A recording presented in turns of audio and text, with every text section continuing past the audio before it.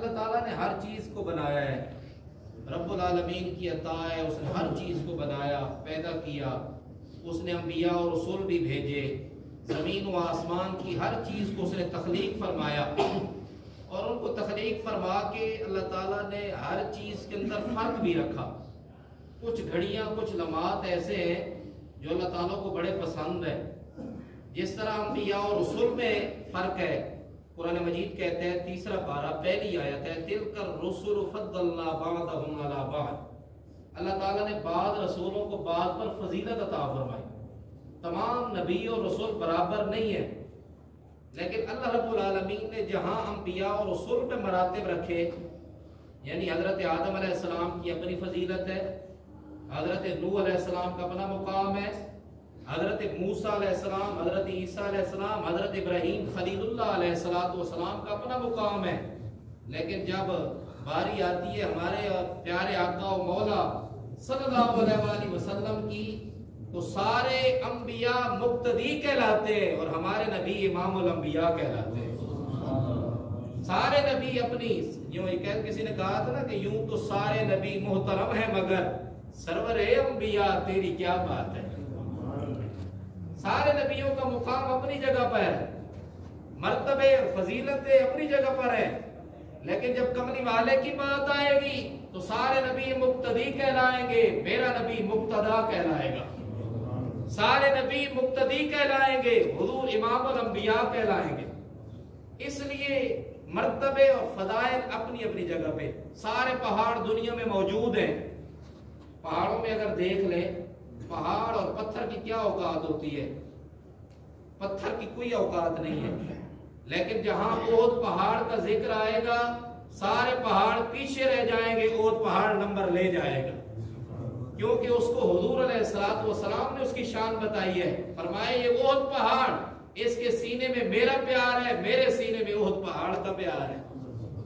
تمام فرشتے مقام والے، عظمتوں والے، فضیلتوں والے، لیکن جہاں حضرت جبرائیل علیہ السلام کا مقام ہے وہاں پر تمام فرشتے ہیچ ہیں۔ حضرت جبرائیل علیہ السلام فرشتوں کے سردار ہیں، اور قرآن مجید نے ان کا الگ تذکرہ فرمایا۔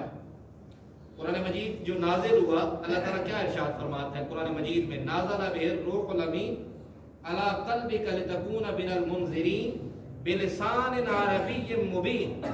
یہ قرآن مجید وہ کتاب ہے جس کو لانے والا جبریل ہے، جس کو لانے والے حضرت جبرائیل ہے۔ روح الامین آپ کا لقب ہے، حضرت جبرائیل ہے۔ علی قلبک لتکون من المنذرین، اے محبوب آپ کے پیارے دل، لوگوں کو ڈرانے والے اس خوبصورت دل پہ نازل ہوا ہے۔ بلسان عربی مبین، اور اس زبان میں نازل ہوا ہے جو سب سے بڑی وسیع زبان ہے۔ تو حضرت جبرائیل علیہ السلام کا مقام ایک اپنی جگہ پہ ہے۔ ایک اور جگہ پر بھی قرآن مجید میں ذکر ہوا، سورۃ النبأ 30واں پارہ پہلی سورت ہے، یوم یقوم الروح والملائکۃ صفا، جب کل قیامت کا دن آئے گا اللہ تعالیٰ ارشاد فرماتا ہے تمام فرشتے صف بستہ ہوں گے۔ یوم یقوم الروح والملائکہ، یہاں حضرت جبرائیل کا ذکر بھی فرمایا اور تمام فرشتوں کا الگ ذکر فرمایا۔ تو اللہ تعالیٰ یہ ثابت اور ارشاد یہ فرمانا چاہتا ہے تمام فرشتے عظمت اور شان والے، لیکن جہاں جبرائیل کا نام آئے گا وہ تمام فرشتوں سے الگ سردار کہلائے گا۔ پہاڑوں میں بھی فرق، پتھروں میں بھی فرق ہے۔ اب پاکستان میں کتنے پتھر ہیں؟ کبھی آپ نے کسی پتھر کو چوما ہے جی؟ آپ سوات، مردان، کاغان، ناران جاتے ہیں بڑے شوق سے، کبھی کسی پتھر کو جا کر آپ بوسہ دینا شروع ہو جائیں، دنیا کہے گی پاگل ہے۔ آپ سیر کو جاتے ہیں، کبھی گاڑی کھڑی کر کے کسی پہاڑ پتھر کو چوما ہے؟ نہیں، لیکن جہاں حجر اسود ہے دنیا لڑ کے ایک دوسرے کے اوپر گزر کے چڑھ کے اس پتھر کو چومتی ہے۔ تو سوال ہوتا ہے بھائی کیوں مر رہا ہے، اس پتھر کے اوپر کیوں گر رہا ہے؟ تو جواب یہی آتا ہے اس کو کملی والے نے جو چوما ہے، اس کو کملی والے نے چوما ہے، اس کو نبیوں نے جو ہے وہ بوسے دیے ہیں، یہ وہ پتھر ہے جو جنت سے آیا ہے۔ حضور علیہ السلام چوم گئے، اب قیامت والے دن تک آنے والا ہر آدمی اس کو چومتا رہے گا، اور جو آدمی اس کو دور سے سلام کر جائے گا یا اس پتھر کو چوم جائے گا، یہ کل حجر اسود اس کی گواہی دے گا، یا اللہ اس نے مجھے چوما تھا، میرے صدقے آج اس کی بخشش فرما دو۔ یہ اب پتھر، پہاڑ، انسان، ان کے اندر فرق ہے۔ میں اصل میں بتانا یہ چاہتا ہوں، دن اگر آپ دیکھ لیں، یہ اللہ تعالیٰ نے سارے دن بنائے، ہفتہ، اتوار، پیر، منگل، بدھ، جمعرات، جمعہ، ان دنوں کے اندر بھی فرق ہے۔ آپ صلی اللہ علیہ وآلہ وسلم ہر پیر کے دن روزہ رکھا کرتے تھے۔ حضور علیہ السلام کی سنت ہے، کبھی ادا کر لیا کریں۔ حضور پیر کے دن روزہ رکھتے۔ پوچھا گیا یا رسول اللہ صلی اللہ علیہ وسلم، آپ ہر پیر کو روزہ رکھتے ہیں، کیا وجہ ہے؟ حضور نے فرمایا یہ میری ولادت کا دن ہے، اللہ کی بارگاہ میں شکرانے کے طور پر پیر کے دن روزہ رکھتا ہوں۔ حضور جمعرات کو بھی روزہ رکھا کرتے تھے اکثر۔ اسی طرح تمام دن اپنی جگہ پر، لیکن پیر کا مقام اپنی جگہ پر۔ لیکن پھر جمعے کی جو فضیلت ہے، حضور علیہ السلام نے جمعے کی فضیلت ارشاد فرمائی، سید الجمعہ جو ہے، جو یہ جمعہ ہے یہ تمام دنوں کا سردار ہے۔ تمام دن، تمام ان کا مقام اپنی جگہ پر ہے۔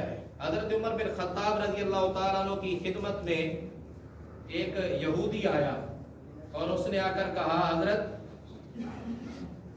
آپ کی جو قرآن مجید میں آخری آیت نازل ہوئی ہے نا، الیوم اکملت لکم دینکم واتممت علیکم نعمتی وردیت لکم الاسلام دینا۔ حضرت عمر بن خطاب رضی اللہ تعالیٰ عنہ کی خدمت میں ایک آدمی آیا یہودی، اس نے آ کر کہا، حضرت اگر یہ آیت ہماری کتابوں میں نازل ہوتی، قرآن مجید کے اندر آپ کی جو آخری آیت نازل ہوئی، الیوم اکملت لکم دینکم واتممت علیکم نعمتی وردیت لکم الاسلام دینا، اس آیت کا مطلب یہ ہے آج کے دن تمہارے اوپر دین مکمل کر دیا گیا، تمہارے اوپر نعمت تمام ہو گئی اور تمہارے اوپر دین کو کامل کر دیا گیا۔ حضرت اگر یہ آیت ہمارے اوپر اور ہماری کتابوں میں نازل ہوتی تو ہم اس دن کو عید کے دن کے طور پر مناتے۔ یہ یہودی نے کہا۔ حضرت عمر بن خطاب رضی اللہ تعالی عنہ نے فرمایا، تم تو ایک عید کہتے ہو، ہم اسے دو عیدیں مناتے ہیں، ہم اسے دو عیدیں مناتے ہیں۔ اس نے کہا جی وہ کیسے؟ حضرت عمر بن خطاب رضی اللہ تعالیٰ عنہ نے فرمایا، جب یہ آیت نازل ہوئی وہ دن یوم عرفہ کا تھا۔ وہ دن کون سا تھا؟ یوم عرفہ۔ اور پھر فرمایا وہ دن جمعے کا تھا۔ اور جب یہ قرآن مجید کی آیت نازل ہوئی، الحمدللہ ہم مسلمان اس آیت کے نازل ہونے والے دن کو جمعے کا دن بھی مناتے ہیں، عرفہ کا دن بھی مناتے ہیں۔ ہمارے لیے دو عیدیں ہیں۔ حضرات گرامی، دنوں کے اندر فرق ہے، راتوں کے اندر فرق ہے۔ ہر روز رات کو جب آدمی عبادت کرتا ہے، اللہ رب العالمین اور اللہ کے رسول صلی اللہ علیہ وآلہ وسلم فرماتے ہیں، جو آدمی پچھلی رات اٹھ کر اللہ کی بارگاہ میں گڑ گڑاتا ہے، پچھلی راتی رحمت رب دی کرے بلند آوازہ، بخشش منگن والے لئی کھلا ہے رحمت کا دروازہ۔ جو آدمی پچھلی راتی، جب رات کا پچھلا پہر آتا ہے، اٹھ کر اللہ رب العالمین کی بارگاہ میں اور اللہ کی جو ہے بارگاہ میں خدمت میں جو ہے وہ اپنی عرض گزاری کرتا ہے، اٹھ کر اللہ رب العالمین کرم فرماتا ہے اور اس کی رحمت آواز لگاتی ہے کوئی بخشش مانگنے والا، ہے کوئی اولاد مانگنے والا، ہے کوئی رزق مانگنے والا۔ ساری راتیں اپنی جگہ پر، لیکن جو رات لیلۃ القدر کا مقام ہے وہ کسی اور کو حاصل نہیں ہے۔ قرآن کہتا ہے لیلۃ القدر خیر من الف شہر، یہ وہ رات ہے جو 1000 مہینوں سے بہتر ہے۔ حساب لگانے والوں نے حساب لگایا تو 1000 مہینوں سے بہتر یہ وہ رات ہے۔ اور یہ رات کس کو نصیب ہوئی؟ امت مصطفیٰ صلی اللہ علیہ وآلہ وسلم کو نصیب ہوئی۔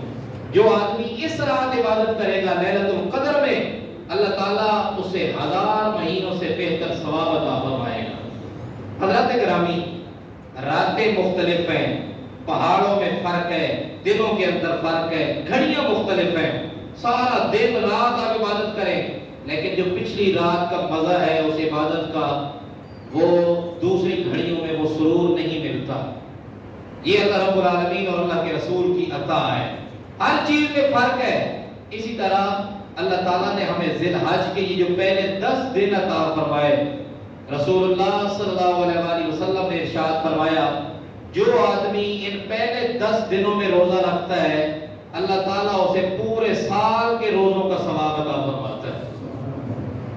میں اصل میں جو یہ بات کرنا چاہ رہا تھا اتنی ڈیٹیل سے میں لے کے آیا آپ کو، یہ جو 10 دن چل رہے ہیں یہ بڑے اہم ہیں۔ ہم ہر چیز کو عام سمجھتے ہیں، گھڑیاں ضائع کر دیتے ہیں، وقت ضائع کرتے ہیں۔ میرے بھائیوں بزرگوں، یہ جو دن گزر رہے ہیں یہ بڑے اہم ہیں۔ رسول اللہ صلی اللہ علیہ وآلہ وسلم نے ارشاد فرمایا جو آدمی ان 10 دنوں میں رات کا قیام کرتا ہے، جاگتا ہے، اللہ تعالیٰ اسے سال بھر عبادت کا ثواب عطا فرماتا ہے۔ اس سے بڑھ کر اور کیا سعادت ہوگی، کیا مقام ہوگا، اور کتنا مشکل ہے۔ آج کل جو رات چل رہی ہے گرمیوں کی، ٹوٹل 3.5-4 گھنٹوں کی رات ہے، ٹوٹل صبح ہو جاتی ہے، اور ہم اسے موبائل میں نیٹ پر گزار دیتے ہیں۔ اگر ہم کوشش کریں ان راتوں میں اگر اپنی عبادت کا معمول بنا لیں، چلو ایک رات ہی عبادت کر لیں پہلے 10 دن کے اندر ہی، تو اللہ رب العالمین ہمارے گناہوں کو کیوں نہیں معاف فرمائے۔ اگر سال بھر عبادت کا ثواب ہمیں ایک دن میں مل جائے، ایک رات میں، اور ہمیں کیا چاہیے، اور ہمیں کیا چاہیے، اور رب العالمین کی جو رحمت ہے وہ تو بخشش کے بہانے طلب کرتی ہے۔ میرے بھائیوں بزرگوں، ایک یہ چیز ہے کہ یہ 10 دن بڑے اہم ہیں، اور قرآن مجید نے کیا ارشاد فرمایا، والفجر، صبح کی قسم۔ یہ صبح کون سی ہے؟ مفسرین لکھتے ہیں، مفسرین ارشاد فرماتے ہیں اس سے مراد ذی الحج کی پہلی صبح ہے یا ذی الحج کی 10ویں رات کی صبح؟ اس سے مراد ذی الحج کی پہلی صبح یا ذی الحج کی 10ویں جو 10واں دن آتا ہے اس کی صبح جو طلوع ہوتی ہے، اس سے مراد وہ صبح ہے۔ والفجر، قرآن مجید اس کی قسم کھا رہا ہے۔ پھر قرآن مجید کیا کہتے ہیں، وَلَيَالٍ عَشْرٍ، 10 راتوں کی قسم۔ اور اس سے مراد بھی مفسرین نے یہی لکھا ہے کہ ذی الحج کی یہ 10 راتیں مراد ہیں۔ وہ 10 راتیں کتنی عام ہوگی جن کا ذکر قرآن مجید میں اللہ رب العالمین ارشاد فرمایا ہے، وَلَيَالٍ عَشْرٍ، اور 10 راتوں کی قسم۔ آگے قرآن کیا کہتا ہے، وَالشَّفْعِ وَالْوَتْرِ، جفت اور طاق کی قسم۔ جفت سے مراد 10 ذی الحج کا دن ہے، یعنی قربانی والا دن، اس سے مراد وہ دن ہے۔ اور والوتر سے مراد طاق رات، طاق دن، اس سے مراد مفسرین فرماتے ہیں عرفہ کا دن۔ عرفہ کا جو دن کہلاتا ہے وہ والوتر کہلاتا ہے۔ اللہ رب العالمین یہ قسم ارشاد فرما رہا ہے، اور اللہ تعالیٰ جس چیز کی قسم کھاتا ہے وہ چیز بڑی ہی عام ہوتی ہے۔ ہم جس چیز کی قسم کھا لیتے ہیں ہم کہتے ہیں اللہ کی قسم، دیکھیں نا اللہ تعالیٰ کی ذات کی جب ہم قسم کھاتے ہیں تو مطلب یہ اللہ رب العالمین کی ذات بہت بڑی ہے، اور اللہ رب العالمین کی ذات خود اتنی بڑی ہے، جس کی وہ قسم کھا لے وہ چیز کتنی اہم ہوگی۔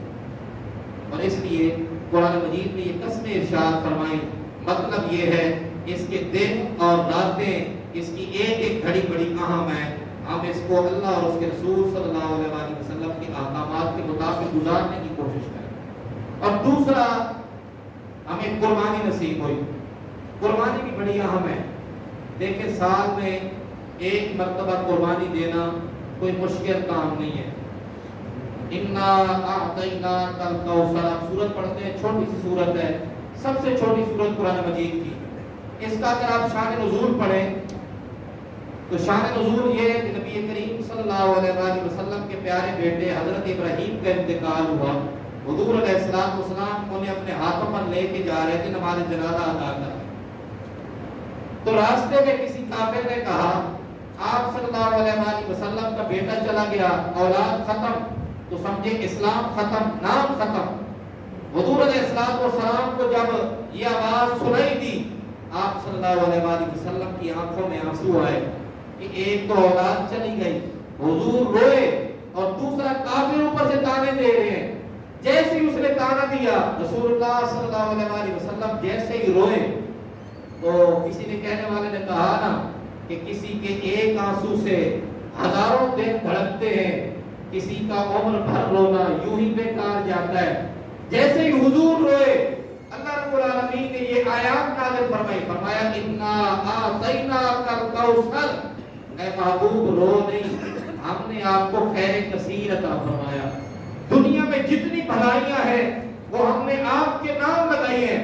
اور اگلی آیت میں ارشاد فرمایا فصلی، آپ نماز پڑھیے، بس آپ نماز پڑھیے، لربک، اپنے رب کے لیے، وانحر، اور قربانی کیجئے۔ مطلب یہ ہے جب آپ نماز پڑھیں گے اور قربانی کریں گے، اللہ رب العالمین آپ کو حوصلہ بھی عطا فرمائے گا، آپ کی مدد بھی فرمائے گا۔ ہم اندازہ کریں قربانی کتنی عام ہے۔ ایک جگہ پر اللہ تعالیٰ نے، بلکہ کئی جگہ پر نماز کے بعد زکوٰۃ کا حکم نازل فرمایا، جیسا کہ قرآن مجید کہتا ہے وَأَقِیمُوا الصَّلَاةَ وَآتُوا الزَّکَاةَ، نماز قائم کرو اور زکوٰۃ ادا کرو۔ بعض جگہ پر اللہ رب العالمین نے نماز کے ساتھ صبر کا ذکر فرمایا، جیسے قرآن مجید کہتا ہے یا ایھا الذین آمنوا استعینوا بالصبر والصلاۃ، مدد حاصل کرو صبر اور نماز سے۔ تو یہاں پر بھی جب نبی کریم صلی اللہ علیہ وآلہ وسلم پریشان ہوئے تو اللہ رب العالمین نے کیا ارشاد فرمایا؟ محبوب پریشان نہیں ہونا، فصلی لربک وانحر، بس آپ نماز پڑھیے اور قربانی کیجئے۔